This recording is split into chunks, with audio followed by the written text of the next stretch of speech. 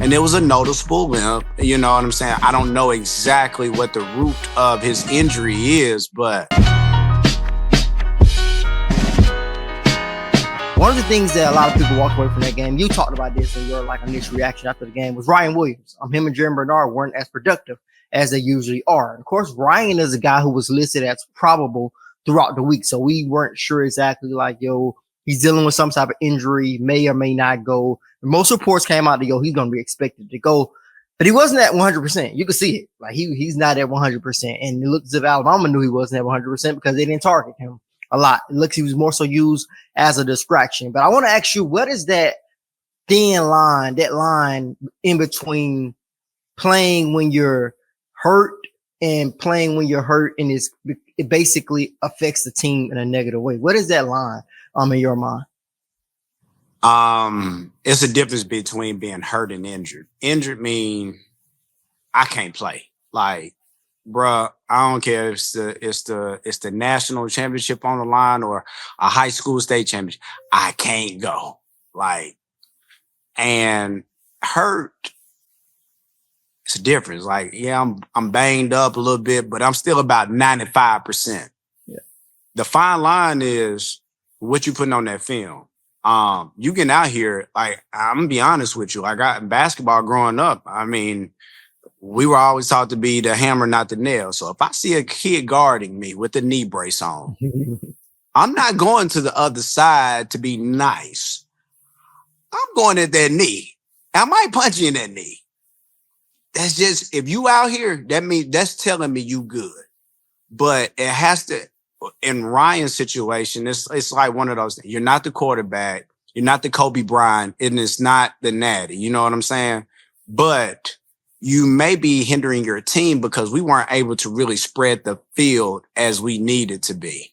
And it was a noticeable limp. You know what I'm saying? I don't know exactly what the root of his injury is, but why the number 2 and number 3 coming off the bench at Alabama, you know what type of gas he coming with. You know what I'm saying? So I don't think it's fair to the rest of the team if I'm not able to produce in the way that you guys are expecting me to produce.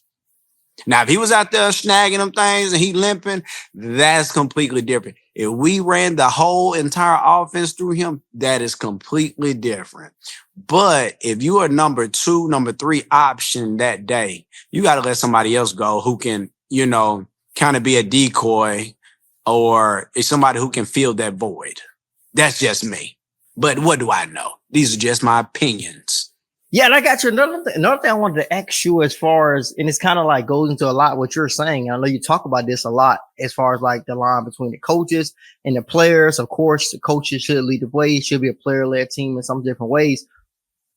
Who should a coach step in if it's a situation where they know he's hey, maybe this is not the best route for you to be on the field, but then again, it's not the old college, because NIL is inside of this. If you're paying a guy, not just particularly Ryan, but if you're paying somebody, hey, you need to be on the field.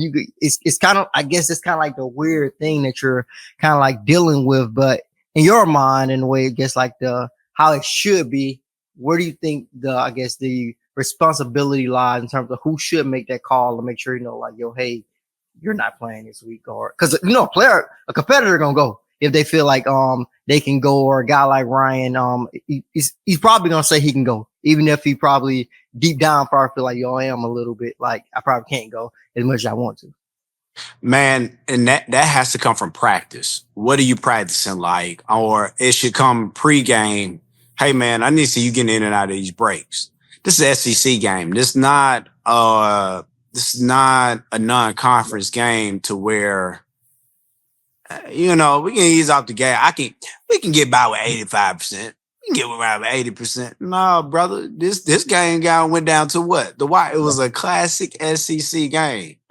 And that comes from up top, man. My question is going to be, can he go? Is he 100%? If he's not 100%, next man up. And it's not, because this goes further into the season. Had Ryan sat out, ice, rehab, allowed this whole week, we can honestly say, going in this Tennessee game, he'll be what? 100% almost, right? If he was a little banged up, that means he was still kind of going, not really going.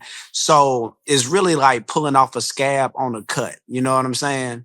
And I'm gonna tell you just down the road, NFL purposes, they sign you at 100%. You can't go out there 80%. Cut.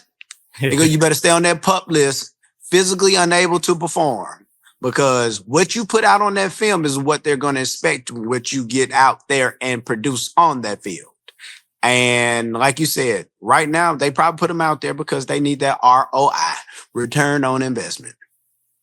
Yeah, and another thing about that is kind of like interesting that you talked about in terms of like him being productive in it. And it's kind of like, well, DeBoer said he did make an impact, which he probably did because he was out there early on. Probably, you know, like, oh, Ryan Williams out here. We got to probably change our coverage. But as the game went on, they probably felt like, oh, he's not at 100%. And also you could say that it didn't open up a lot of opportunities because Jim Bernard did not play well. So it wasn't like he was just opening up like a lot of opportunities because he was on the field. So that's kind of like another part of it too, is that when you look at it from a coach's perspective, it wasn't like he had a huge impact on the game. It wasn't like the receivers in general had a huge impact on this game. And I think it kind of like goes into what you're saying with basically all of that in terms of like their impact and when you're hurt for sure. So yeah, that's something that we're going to continue to monitor. I think you hit the nail right on the head when you said that, hey, if he was injured a little bit, now he played a lot in that game, whether he was 100% or not, he was on the field. You had him running around. So now it's like the question mark becomes now is what is he like now? Like, is he closer to being good? Did that set him back? So that's kind of like the question that we have now.